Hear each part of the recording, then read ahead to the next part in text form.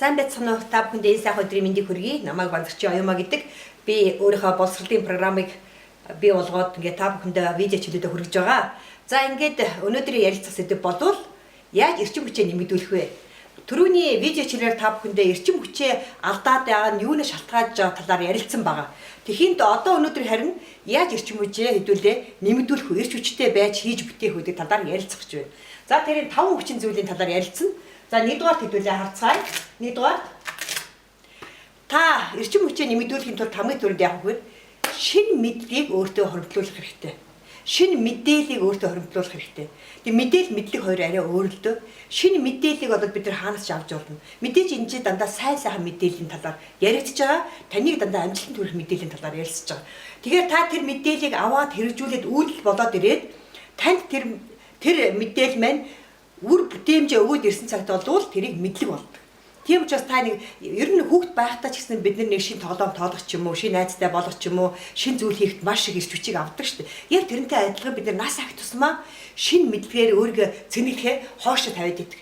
Энэ бол бидний бас эрчим хүчээ алдахны хүчин зүйл болдог юм а. Тийм учраас шин мэдлэгийг байнга бид нэр өөртөө бий болгож явах хэрэгтэй. Насан туршдаа суралц гэдэг учраас энд орж байна гэсэн үг. За дараагийн нэг эрчмээ нэмэгдүүлэхэд бид нэр шин ажил эхлэх хэрэгтэй. Ямар нэгэн шин ажил эхлэх хэрэгтэй.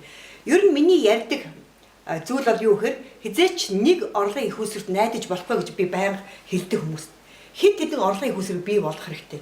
Та үндсэн ажил хийж байвал үндсэн ажлынхаа хажуугаар магадгүй онлайн ертөнцид, интернет ертөнцид хамгийн бага зардлаар ямар нэгэн орлогыг бий болох ажлыг өөртөө эхлэх хэрэгтэй. Өнөөдрийн мэдээж энэ нийгэмд, энэ онлайн хөгжсөн нийгэмд бол хамгийн олон хүн тэнд хэрэглэгч сууж байна. Хамгийн олон хамтрагч тэр сошиал ертөнцийн дээр байж байна. Тийм учраас танд бол маш их нөөц потенциал байж байгаа. Та өөрийнхөө чадах тэр зүйлээ өөртөө таньж мэдээд тэр чиглэлээрээ шинэ ажлыг бол онлайн ертөнцид эхлэх юм бол эрчим энерги нэмэгдэж эхнэ. За хоёр дахь зүйл болохоор шинэ хүмүүстэй танилцуул. Хүрээлээ бий болгох. Хизээч нэг одоо хүрээлд орчоод тэргээрээ өөрийгөө гээд хязгаарлаж болохгүй. Яад бол хүн гэдэг чинь бас ертөнцийг харах цонх.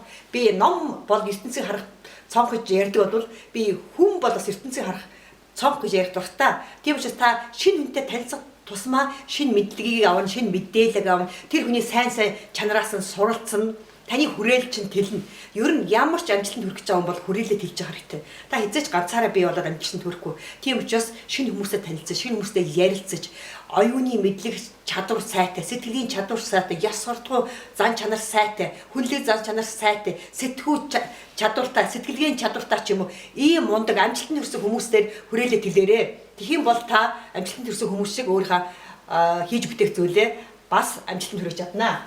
За дараагийн юм бол аялал. Би бол энэ бизнес ертөнцид хөл тавьснаас хойш гэр бүлийнхаа хамтаар одоо сүүлийн нэг хэдхэн жилийн дотор одоо 24-5 улсаар аялцсан байж гэн, амарцсан байж гэн. Шинэ улс олгонд очих болгонд нэг шинэ зүйлийг мэддэг, нэг шинэ ертөнцтэй танилцдаг, шинэ зан заншил, соёл, шинэ хүмүүстэй танилцдаг.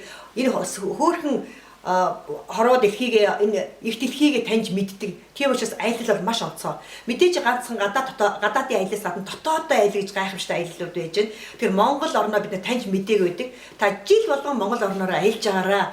Мөн магадгүй та хагас бүтэн сая өдрөөр нэг агаарт гардаг ч юм уу. Эсвэл нэг хүмүүстэй ийш хоолнд ордог ч юм уу. Баян гэртээ хоолдоод байх шүү дээ. Хамт олонтойгоо цахинд гардаг ч юм уу. Иймэрхүү маягаар аяллаар орчноо өөрчилж явах хэрэгтэй. Ер нь хүн хэзээ хөгжихөө зогсоодог гэхээр нэг хэвшмэл амьдралд ороод ирэхээр хүн хөгжихөө байдаг. Нэг хэвийн зүйлийг удаан хийгээд ирэхээр хүн хөгжихөө байдаг. Нэг орчин чинь байнга өөрчлөлтөө байгаар та хөгжихөө байдаг. Тийм учраас та хөгжихийн тулд юуса амьдрал гэдэг чинь хөгжлийн процесс. Тийм учраас хөгжихийн тулд та өөрөөдөө эрчим хүчийг бий болгодог энэ одоо 5 хүчин зүйлүүдээ бас өөртөө бий болгож байгаа хэрэгтэй. За дараагийн нэг эрчим хүчээ нэмэгдүүлэх нэг зүйл бол хөдөлгөөн.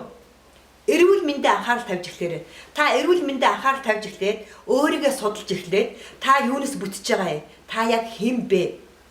Таны тарих оюун яаж сэтгэдэг? Таны дотоод бодол чинь юу бодож байна? Таны эрүүл мэнд чи ямар төвшөнд байна?